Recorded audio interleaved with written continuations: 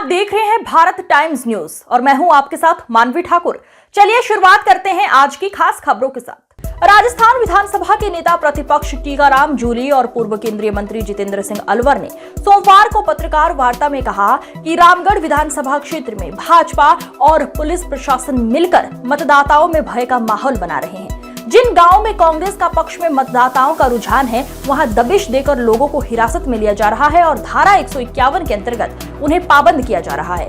कांग्रेस नेताओं ने कहा कि भाजपा डर का माहौल बनाकर मंगलवार को होने वाला मतदान प्रभावित करना चाहती है। इसके लिए तमाम ओछे हथकंडे अपनाए जा रहे हैं। झूठे मुकदमे लगाने की चेतावनी देकर मतदाताओं को भयभीत किया जा रहा है। नेता प्रतिपक्ष टीकाराम जूली ने पत्रकार वार्ता में कहा कि मुख्यमंत्री भजनलाल शर्मा के रामगढ़ विधानसभा क्षेत्र के दौरे के बाद पुलिस प्रशासन ने ये कार्रवाई शुरू की है। उधर नहीं भेजा जाता है, तो इस तरह से ये चुनाव कराने का प्रयास ये कर रहे हैं। ऐसे ही मध्य प्रदेश के अंदर कल रात को भी राजस्थान से गुंडों को भेजा गया।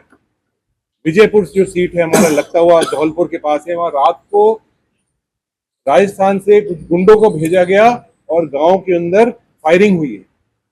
तो ये पूरे प्रदेश के अंदर हमारी जितनी भी राजस्थान की भी और भी सीटें हैं, यहाँ सब लोग ये प्रभावित करने के प्रयास कर रहे हैं। लेकिन जो हमारी जनता है, जहाँ चुनाव हो रहे हैं, वो जनता जान चुकी है, इनका असली चेहरा देख चुकी है और ये बिल्कुल डरेगी नहीं। लेकिन हम इस प्रेस कॉन्फ्रेंस द्वारा, आप सबों के द्वारा इनको चेतावनी देना चाहते हैं। अनिला जी, बंधुओं का मैं स्वागत करता हूं, अभिनंदन करता हूं। और आज आप लोगों को जो कष्ट दिया, विशेष रूप से मैं कहना चाहूंगा कि रामगढ़ में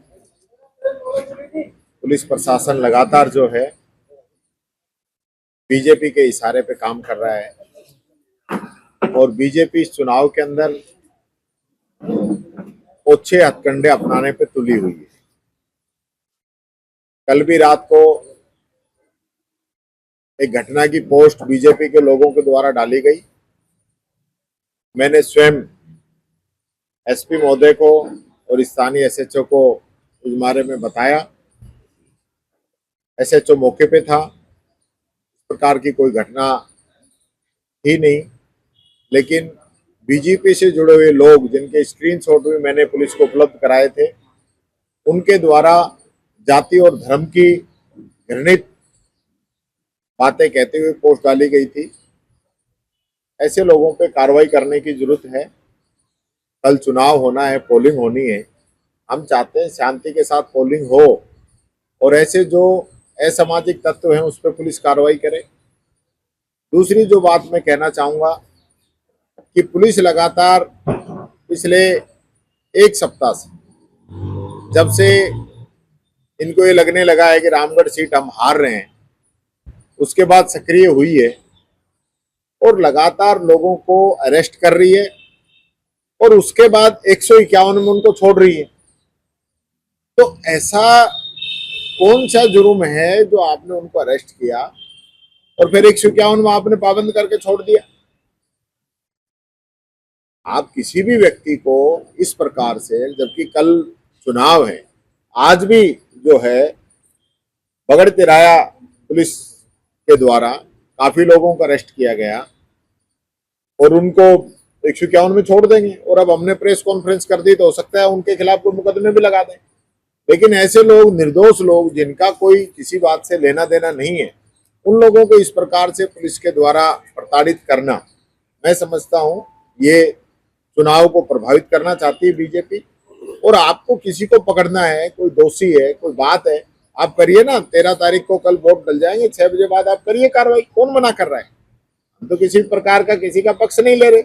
लेकिन एक डर और भय का माहौल पूरे रामगढ़ विधानसभा क्षेत्र में बनाने के लिए, और विशेष रूप से मैं कहना चाहूंगा कि यहाँ पे पुलिस प्रशासन के द्वारा जो पहले एसएचओ रह गए हैं, यहाँ रह के गए रामगढ़ में, उनको बुलाया गया है, उनका उपयोग किया जा रहा है।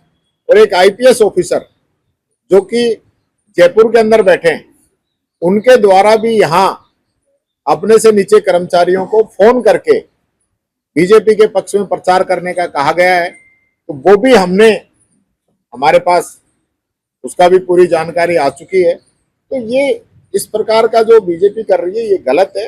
मैं ये कहना चाहूंगा, अपील करना चाहूंगा बीजेपी के नेताओं से भी और आम पब्लिक से भी कि ये चुनाव जो है बिना डर और भय के होना चाहिए। जिसको वोट डालना है वो डाले।